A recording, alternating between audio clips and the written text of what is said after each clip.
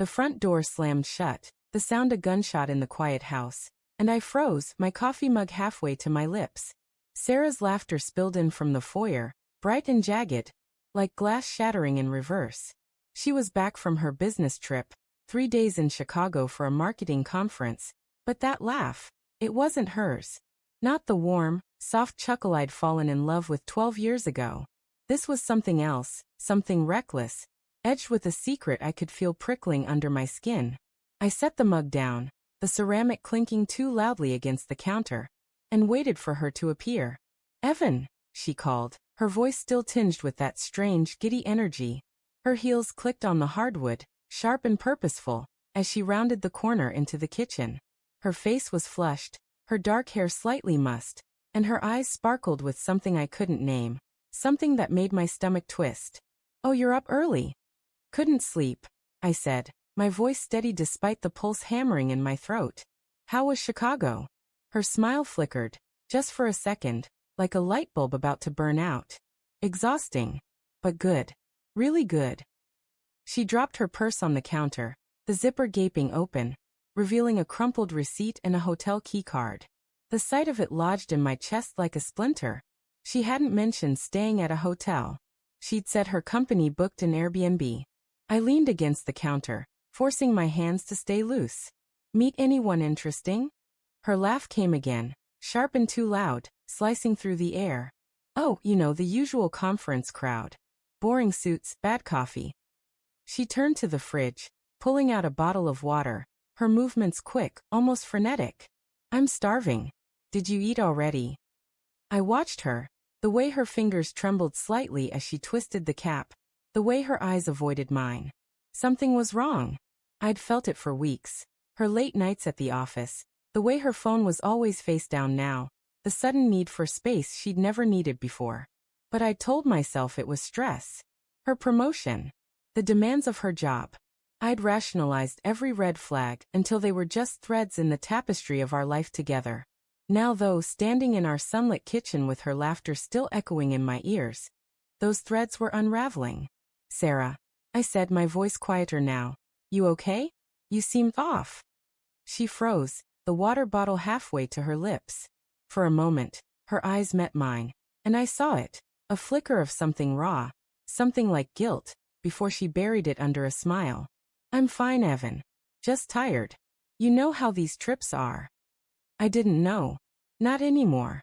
The woman standing in front of me was a stranger wearing my wife's skin, and the realization hit me like a slow poison, seeping into every corner of my mind. I wanted to ask about the keycard, about the laughter, about the way she hadn't touched me in weeks, but the words stuck in my throat. Instead, I nodded, my jaw tight. "Yeah, I know." She didn't notice the envelope on the counter until she turned to leave the kitchen. It was plain white, unassuming, but the sight of it stopped her cold. Her smile vanished and her hand hovered over the counter, as if touching it might burn her. "What's this?" I didn't answer right away. I let the silence stretch, let it fill the room with its weight. The envelope held the results of an STD test I'd taken 2 weeks ago, after a routine checkup turned into a nightmare. The doctor's voice had been calm, clinical, but the words had ripped through me. "We found something. It's treatable, but you'll need to inform your partner."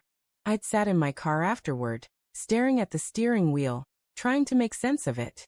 Sarah and I hadn't been with anyone else. Not in 12 years. Not ever. At least, that's what I'd believed. "Evan."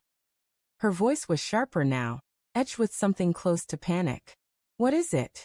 "Open it," I said, my voice low, barely a whisper. My heart was a drumbeat in my chest, loud and insistent, drowning out the rational part of me that wanted to believe there was an explanation. A mistake. Anything but the truth I could feel closing in. She hesitated, her fingers trembling as she picked up the envelope. The paper crinkled as she tore it open, her eyes scanning the single sheet inside. Her face drained of color, her breath hitching in a way that made my chest ache. This can't be right," she whispered, her voice barely audible. "Evan, this isn't." "Isn't what?" I cut her off, my voice harder now, the anger I'd been holding back spilling over. "Isn't possible? Because I haven't been with anyone else, Sarah. Have you?" Her eyes snapped to mine, wide and glistening, and for a moment, I thought she might cry. But then she straightened, her jaw tightening, and the woman I'd married, the woman who'd promised me forever, disappeared behind a wall of defiance. "Don't do this," she said, her voice low, almost a warning. "Don't make this into something it's not." "Then tell me what it is," I said, stepping closer, my hands clenched at my sides. "Tell me why I'm sitting here with a positive test result for something I couldn't have gotten on my own. Tell me why you're acting like a stranger. Tell me why you're laughing like you're hiding something." Her lips parted, but no words came. The silence was deafening, a chasm opening between us, and I could feel the ground crumbling beneath my feet. I wanted to shake her, to scream, to beg her to tell me I was wrong. But deep down I already knew. The late nights, the locked phone, the way she'd pull away when I tried to touch her. It wasn't stress. It wasn't her job. It was someone else. "Evan," she started, her voice breaking. "It's not what you think." "Then what is it?" I shouted, my voice echoing off the kitchen walls. "Because I'm trying, Sarah. I'm trying to believe you, but you're not giving me anything to hold on to." She flinched, her hands twisting together. And for the first time, I saw it. The guilt, raw and undeniable, written across her face. "It was a mistake," she whispered, tears spilling down her cheeks. "It didn't mean anything. It was just one night. I was drunk, and it just happened." One night. The words hit me like a fist, knocking the air from my lungs. I stumbled back, my hand gripping the counter to keep me upright. I saw it all in my mind, the hotel room, the keycard, the laughter. Some faceless man, his hands on her, her body pressed against his. The image burned, searing itself into my brain, and I couldn't unsee it. "Who?" I asked, my voice barely a whisper now, the anger giving way to something heavier, something that felt like grief. "Who was it?" She shook her head, her sobs quiet but gut-wrenching. "It doesn't matter. It was a mistake, Evan. I love you. I didn't mean to."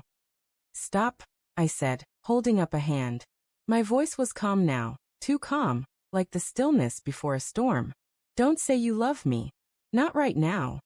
She crumpled then, sinking into a chair, her face buried in her hands. I stood there, watching her cry, and felt nothing. No anger, no sadness, just an emptiness that swallowed everything else. I'd spent 12 years building a life with her, weaving our dreams together, and now it was unraveling, thread by thread, until there was nothing left but the truth. The receipt in her purse caught my eye again, crumpled and forgotten. I reached for it, my movements slow, deliberate. It was from a bar in Chicago, dated 2 nights ago. 2 drinks, 1 tap. And at the bottom, scrawled in messy handwriting, was a phone number. "Evan, don't," Sarah pleaded, her voice hoarse, but I was already dialing. The phone rang once, twice, and then a man's voice answered, smooth and confident. "Hello." I didn't speak. I didn't need to. The sound of his voice was enough, a final nail in the coffin of our marriage. I hung up, my hands shaking, and turned to Sarah. Her eyes were wide, her face pale. And in that moment, I saw her for what she was. Not a villain, not a monster, but a woman who'd made a choice. A choice that had shattered us both. "I'll sleep in the guest room tonight," I said, my voice flat, emotionless. "Tomorrow we'll figure out what's next." She didn't respond, just sat there, her tears soaking the paper in her hands. As I walked away, the weight of her betrayal settled over me. Heavy and suffocating, but there was something else, too, a spark of something new, something like freedom. The truth was out, raw and ugly, and for the first time in weeks, I could breathe.